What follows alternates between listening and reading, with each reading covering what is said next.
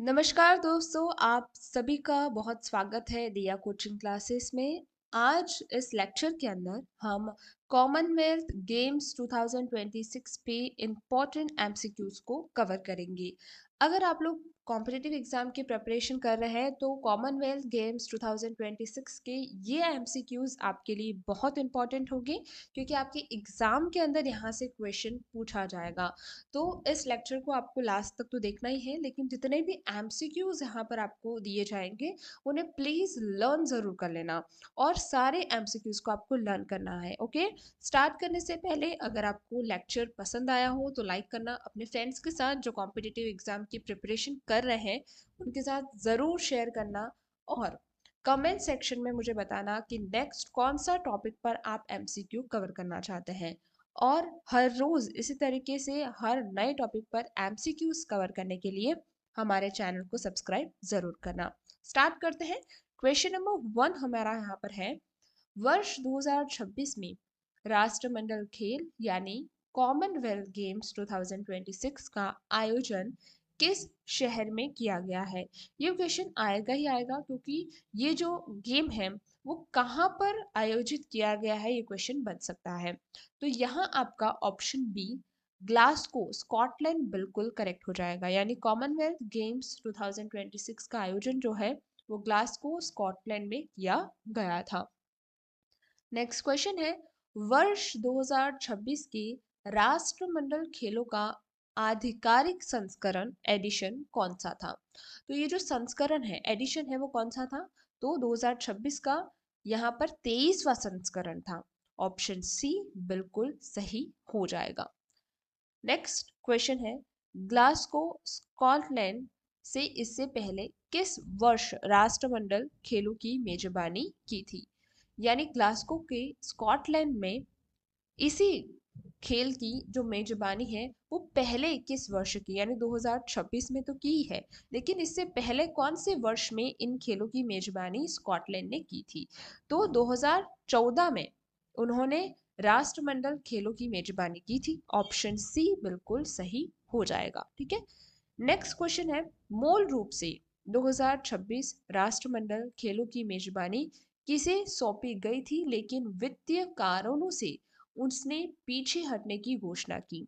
तो 2026 में मूल रूप से तो किसे सौंपा गया था, विक्टोरिया राज्य ऑस्ट्रेलिया को सौंपा गया था, लेकिन वित्तीय कारणों की वजह से उसने अपने पीछे हटने की घोषणा की। तो यहाँ आपका ऑप्शन बी विक्टोरिया राज्य ऑस्ट्रेलिया बिल्कुल करेक्ट हो जाएगा।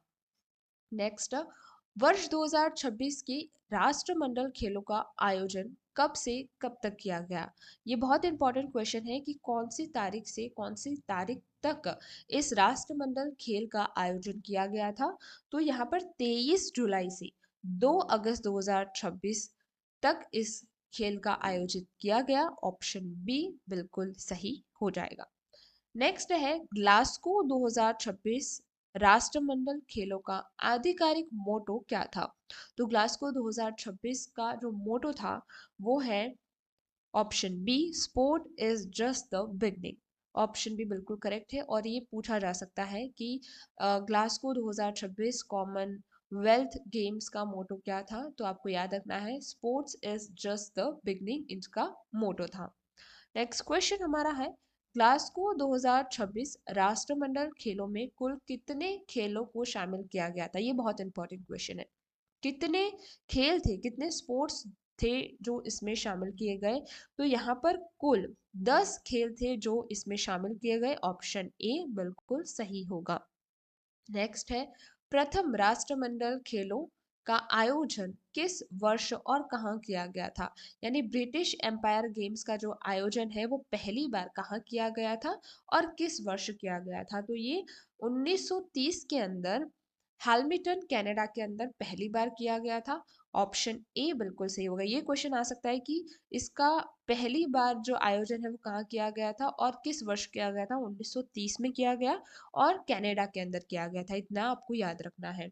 नेक्स्ट है, भारत ने पहली बार किस वर्ष राष्ट्रमंडल खेलों में हिस्सा लिया था। ये सबसे महत्वपूर्ण क्वेश्चन है कि भारत ने कब हिस्सा लिया। तो भारत ने पहली बार 1934 के अंदर लिया था, जब लंदन राष्ट्रमंडल खेल हुआ था उस समय। तो ऑप्शन बी 1934, 1934 बिल्कुल करेक्ट हो जाएगा।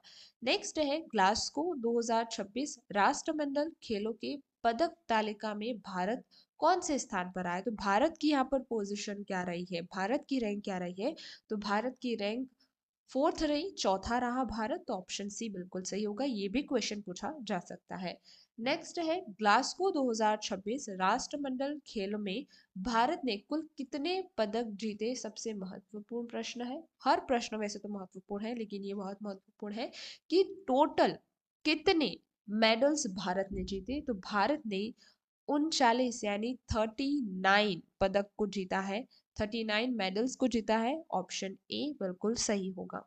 नेक्स्ट क्वेश्चन है ग्लासगो 2026 में भारत ने कुल कितने स्वर्ण पदक जीते। ये भी बहुत इंपॉर्टेंट है कि गोल्ड मेडल्स कितने जीते। 39 में से कितने गोल्ड मेडल्स थे। तो 39 में 13 गोल्ड मेडल्स जीते हैं भारत ने।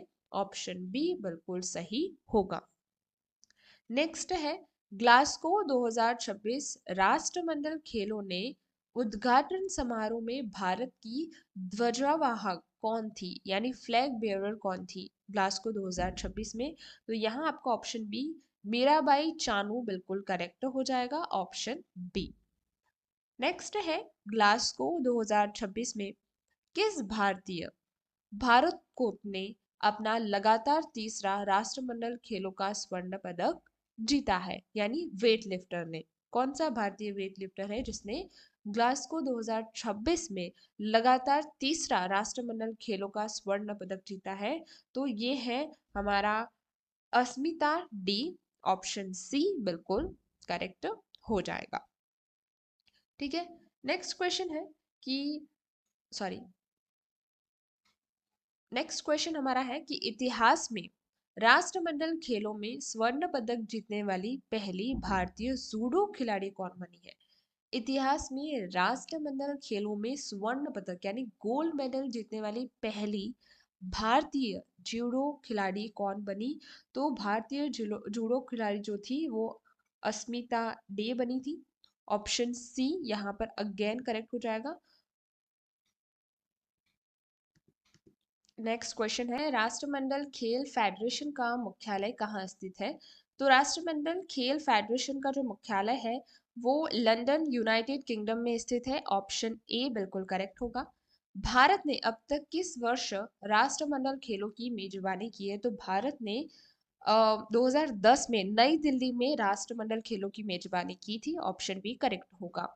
नेक्स्ट है राष्ट्रमंडल खेल सामान्यतः कितने वर्ष के अंतराल पर आयोजित किए जाते हैं। तो सामान्य ये हर 4 वर्ष में एक बार आयोजित किया जाता है। ऑप्शन सी बिल्कुल करेक्ट होगा।